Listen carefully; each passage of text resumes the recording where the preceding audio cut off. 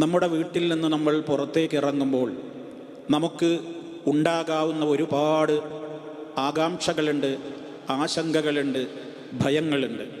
ഇതിൽ നിന്നെല്ലാം മുക്തമാകുന്ന വിധത്തിൽ നാം നമ്മുടെ വീട്ടിൽ നിന്ന് പുറത്തേക്ക് ഇറങ്ങുമ്പോൾ അള്ളാഹുവിൽ എല്ലാം തവക്കുലാക്കിക്കൊണ്ടുള്ള ഒരു ദിക്ർ നമുക്ക് ചൊല്ലാനുണ്ട്. ആ ദിക്ർ നമ്മൾ യഥാസമയം മറക്കാതെ ശ്രദ്ധാപൂർവം അതിൻ്റെ അർത്ഥവും ആശയവും ഗ്രഹിച്ചുകൊണ്ട് നമ്മൾ പറയുകയാണെങ്കിൽ വമ്പിച്ച രൂപത്തിലുള്ള ഒരു സംരക്ഷണമാണ് നമുക്കത് മുഖേന ലഭിക്കാൻ പോകുന്നത്. ഇന്ന് ആ ദുആയാണ് ഞാൻ നിങ്ങൾക്ക് പരിചയപ്പെടുത്തുന്നത്.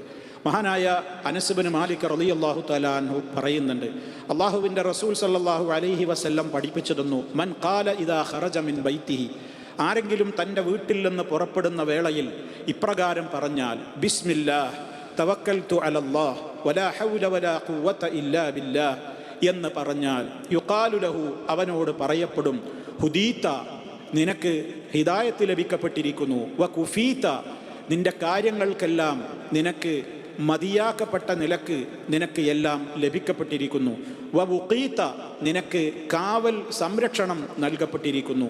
മാത്രമല്ല വ തനഹ അൻഹു ശൈത്താൻ, ഇത് മനുഷ്യൻ പറയുന്നതോടുകൂടി ശൈത്താൻ അവരിൽ നിന്ന് ദൂരെ മാറി നിൽക്കും. എന്നിട്ട് അവൻ്റെ കൂടെയുള്ള മറ്റൊരു ശൈത്താനോട് ഇപ്രകാരം പറയുക പോലും ചെയ്യും, ഇപ്രകാരം, കൈഫ ലക ബിറജുലിൻ, ഒരാളെ നിനക്കിനി എന്ത് ചെയ്യാൻ കഴിയും? അയാളുടെ പിറകെ കൂടിയിട്ട് നിനക്കിനി എന്ത് കാര്യമാണുള്ളത്?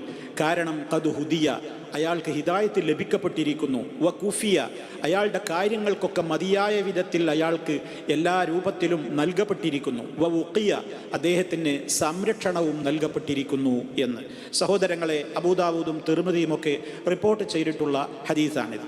ഈ പ്രാർത്ഥന നമ്മൾ കൃത്യമായി നിർവഹിച്ച് കഴിയുമ്പോൾ ഒരു ശൈത്താൻ ഉടനെ തന്നെ പുറത്തു നിൽക്കുന്നുണ്ടാവും. ശൈത്താൻ, കാരണം ആ ശൈത്താൻ പറയുന്നുണ്ട് അവൻ്റെ കൂടെ, കാരണം ശൈത്താന്മാർ മനുഷ്യന്മാരുടെ കൂടെ ഉണ്ടല്ലോ. അപ്പം അതുകൊണ്ട് ഒരു ശൈത്താൻ മറ്റേ ശൈത്താനോട് പറയും.